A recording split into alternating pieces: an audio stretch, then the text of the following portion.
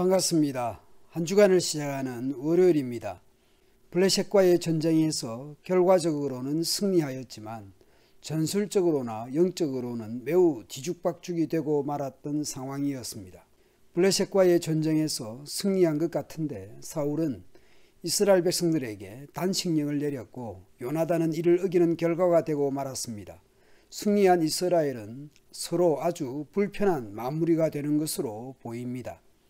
블레셋과의 전쟁에서 승리하면서 이제 사울은 마치 진멸을 하듯 블레셋 군대를 뒤쫓아서 모조리 죽이고자 합니다. 사람들은 사울왕이 좋을 대로 하자고 합니다. 그런데 제사장은 그 전에 여호와께 여쭙자고 합니다.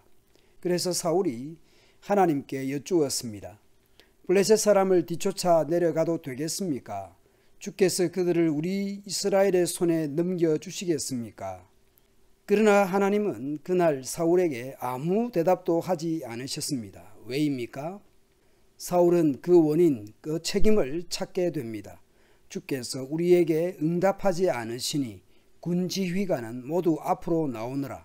오늘 이 허물이 누구에게 있는지 알아보겠다. 이스라엘을 구원하신 주의 살아계심을 두고 맹세합니다. 그는 반드시 죽을 것이다. 허물이 나의 아들 요나단에게 있다고 하더라도 그는 반드시 죽을 것이다. 그러나 군인들 가운데 어느 한 사람도 감히 그에게 대답하는 사람이 없었습니다. 이런 분위기 파악을 못하고 있는 사울입니다. 구원의 날에 공포적인 상황으로 몰아가고 있습니다. 어떻게 책임을 물을 것인지 하나님께 여쭙든지 지휘관들과 의논을 해야 할 상황 같은데 말이죠. 결국 요나단이 걸리게 됩니다. 사울이 요나단에게 물었습니다. 네가 무슨 일을 하였는지 말하여라. 요나단이 대답합니다. 손에 들고 있던 막대기 끝으로 꿀을 찍어서 조금 맛보았습니다. 죽을 각오를 하고 있습니다. 부왕 사울의 권위를 세워주기 위해 요나단은 목숨을 내놓습니다. 요나단은 단신령에 대한 명령을 듣지 못했지만 그 명령을 한 부왕 사울의 권위를 위해 목숨을 각오하고 있습니다. 이스라엘을 지키기 위해 목숨을 걸고 단독으로 블레셋을 쳐들어갔었습니다. 이제 왕의 권위를 위해 목숨을 내놓으려고 합니다. 사울이 선언합니다. 요나단, 너는 죽음을 피할 수 없다. 내가 너를 처형하지 않는다면 하나님이 나에게 천벌을 내리시고 또 내리실 것이다. 사울의 발언은 단호합니다. 하나님까지 동원하며 강력하게 말합니다. 이때에 온 백성이 사울에게 호소합니다. 이스라엘에게 이렇게 큰 승리를 안겨준 요나단을 죽였어야 되겠습니까? 백성들 역시 단호합니다. 절대로 그럴 수 없습니다. 주께서 살아 계심을 걸고 맹세합니다. 그의 머리털 하나도 땅에 떨어져서는 안 됩니다. 왜냐하면 그는 오늘 하나님과 함께 이 일을 이루어 놓은 사람이기 때문입니다. 하나님과 동력했기 때문입니다. 백성들이 이렇게 요나단을 살려내어 그는 죽지 않게 됩니다. 이런 필요 없는 논쟁으로 결국 블레셋을 추격하여 완전히 몰아낼 수 있는 기회를 잃어버린 셈이 됩니다. 지도자가 제대로 된 판단을 못할 때에 결국 하나님의 주시는 구원과 승리의 기회가 반감되는 결과가 나오게 됩니다. 지도자의 생각, 지도자의 판단은 너무나 중요합니다. 사울이 지시하는 동안 완전한 정복은 아니었지만 일시적으로나마 적들을 퇴폐시키기도 했습니다. 사울은 모압, 암몬, 에돔, 소바, 블레셋 사람들과 맞서 싸우는데 어느 쪽으로 가서 싸우든지 늘 이겼습니다.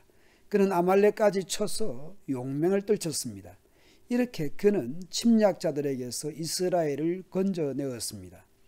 사울의 가족이 소개됩니다. 사울의 군대 장관 아브넬과는 사촌 형제간입니다. 사울과 아히노암 사이에서 6남매 4남 2녀를 두었는데 물론 다른 아내와 자녀도 있었다라는 것을 다른 본문에서 확인할 수 있습니다. 오늘 본문에서는 요나단, 리스위, 말기수와 세 아들이 소개되고 두 딸 메랍과 미갈이 소개됩니다. 사울은 일생 동안 블레셋 사람과 치열하게 싸웠습니다. 그래서 사울은 용감한 사람이나 힘센 사람은 눈에 보이는 대로 자기에게로 불러들였습니다. 사무엘상 9장을 보면 사울이 왕으로 세움받은 이유가 블레셋으로부터 이스라엘 백성을 구원하기 위한 것이었습니다. 그 목적을 위한 것은 분명하였지만 눈에 보기에 용감하고 힘센 사람을 불러 모아서 블레셋을 이기려고 했다는 점에서 아쉬운 대목입니다. 목표도 아름답고 수단과 과정도 아름다우면 좋을 텐데 아쉬운 대목입니다. 사울 왕은 하나님을 찾고 하나님을 의지하기보다는 힘세고 용감한 사람들을 찾아 의지한다는 대목에서 왠지 안타깝습니다. 우리 역시 하나님보다는 사람을 의지하려는 본성을 돌아보게 됩니다. 사울은 전쟁 상황에서 단식 명령을 내렸고 누군가의 잘못을 찾아서 사형을 시키려는 데 있어서는 단호하고 추진력도 있어 보이고 결단력도 있어 보입니다. 그러나 뭔가 문제가 있습니다. 열심, 결단력, 추진력, 확신 다 좋습니다. 그런데 그것이 누구를 위한, 무엇을 위한 것인지 늘 확인해야 합니다. 요나단은 모두가 도망하고 탈영하는 상황 속에서도 하나님의 일하심을 믿고 나아가는 결단을 보여줍니다.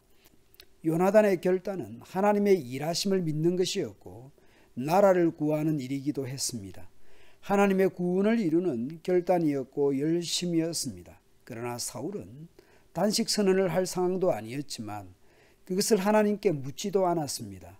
하나님께 여쭈어야 할 상황에서는 여쭙지를 않고 안 해도 되는 것에는 결단을 하고 하나님의 이름을 걸고 그렇게 하기도 합니다. 사울은 요나단과 공동체와 하나님의 뜻과는 전혀 맞지 않는 지도자의 자기 결단이었고 그것이 하나님의 일하심을 멈추게 하는 결과에 이르고 말았습니다. 오늘 나는 무엇을 위해 그토록 열심과 결단과 의지를 보이고 있습니까? 그 모든 것이 하나님의 성령에 의해서 조정되고 수정되어야 할 것입니다.